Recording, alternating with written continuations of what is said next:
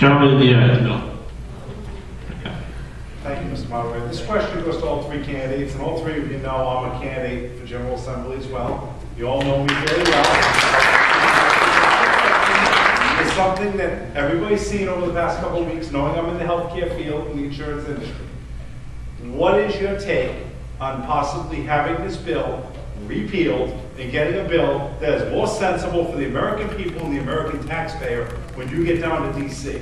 Because the way I look at it is, and I have one statistic, there are 175,000 health insurance brokers in New England alone. Let's multiply that by every other region of the country that may be out of work right now by the language of the bill. Now they say they're going to create about 200,000 jobs in the bill. Now, I'm doing some Democratic math here.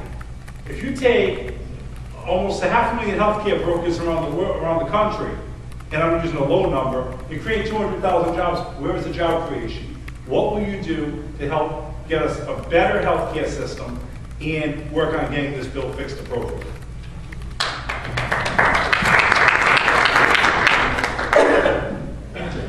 Mike, when I began looking at this healthcare reform bill back when it became big news back in July, I started thinking about it hard.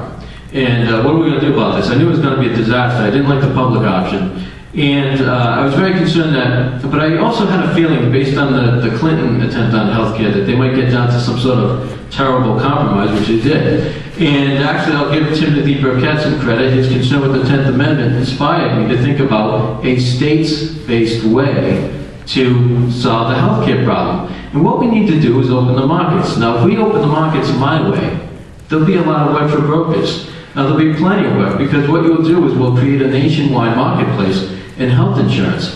And we'll have great competition. Great competition is good for the markets. And that's what I would do. As a congressman, what I can do is repeal the antitrust exemption for the insurance companies. But I also think I can have a pulpit to talk to the governors and say, please, governors, send your commissioners to the National Conference of Commissioners on Uniform State Laws and direct them to come up with a common standards for a policy, and no state shall require them more. And also, we've already got common consumer protections, but come up with uniform state laws so that there's absolutely no difference when you cross state lines. And as a result, you have total portability. And let's get it off the employer-sponsored healthcare system too, because people change jobs 13 times in their life. There's no reason to have it linked to your employer. To answer the question, I would work to repeal it. The reason I would is it's no mystery again, it's the federal spending issue.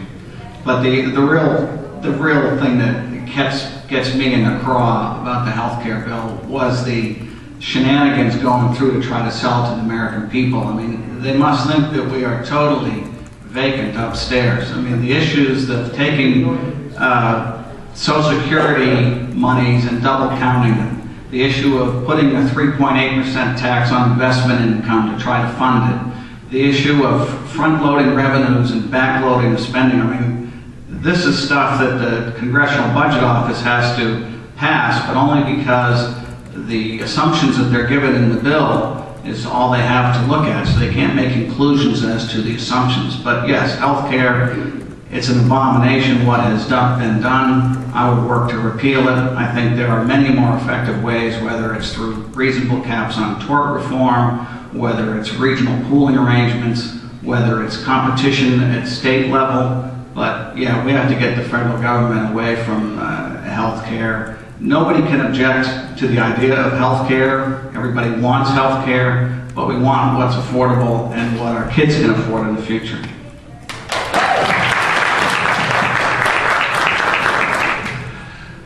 The bill that was passed 2 weeks ago is really, I don't like to call it a health care bill, it's a health insurance bill.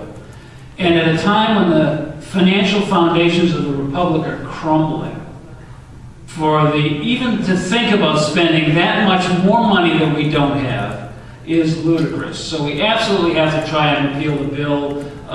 If we don't repeal the bill, one of the things that Congress can do is not fund it. It is, after all, an authorization. It is not an appropriation, and they're going to have to come back to the next Congress to fund it. So there's a place where you can stop it while you're in the process of repealing it. Okay, are we the party of no over here? Is there something we can say yes to? Well, sure. If we repeal this elaborate additional level of overhead that's been forced onto the business of healthcare, we could do something like using the policy position of the government, of legislation, to legislate an environment wherein something like a 401k becomes a health savings account that survives for your entire life, so that it could be funded from your earliest age, could be funded with tax preferential treatment, and the proceeds from it could be used to pay for health costs. You would then have to have some sort of a capping insurance policy that would have to be available nationwide, so that there was huge competition, and that would be a system that would work, primarily because the government would not be part of it. Thank you.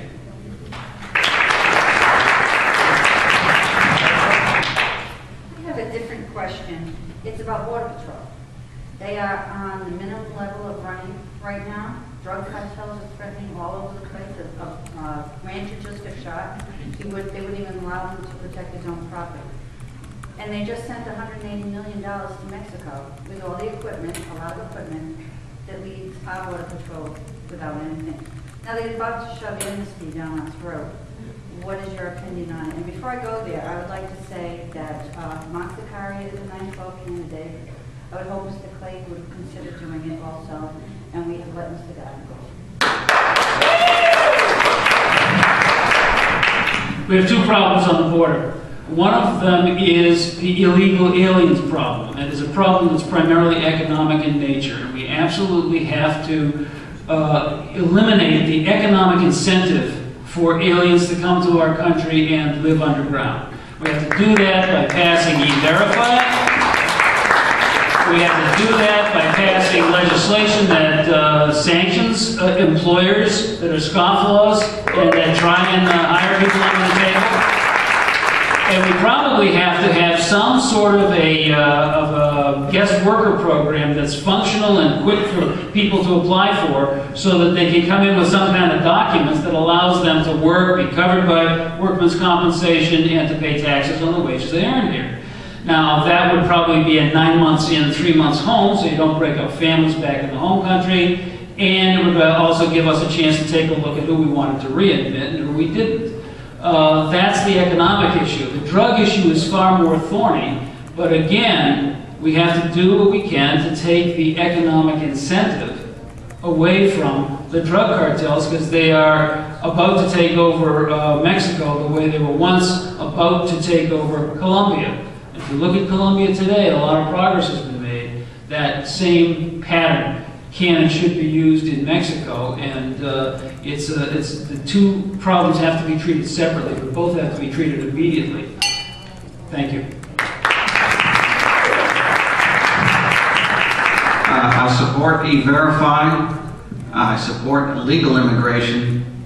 And with respect to Mexico, what's going on down there is a war. It's a very terrible human tragedy. The number of the thousands of people are dying down there in the last several years. Almost, you could say that it's one of the largest problems we have on the North American continent, and it's not going to get any better. That comes back to an issue of national defense from my perspective, and that is maintaining a strong military. And no one ever deemed that it might be on our own border with Mexico, but someday it may be, and I'm not trying to be alarmist. I'm just saying that they have terrible social problems down there. We're not going to solve it for them, but we need to be able to protect our own border if we need to.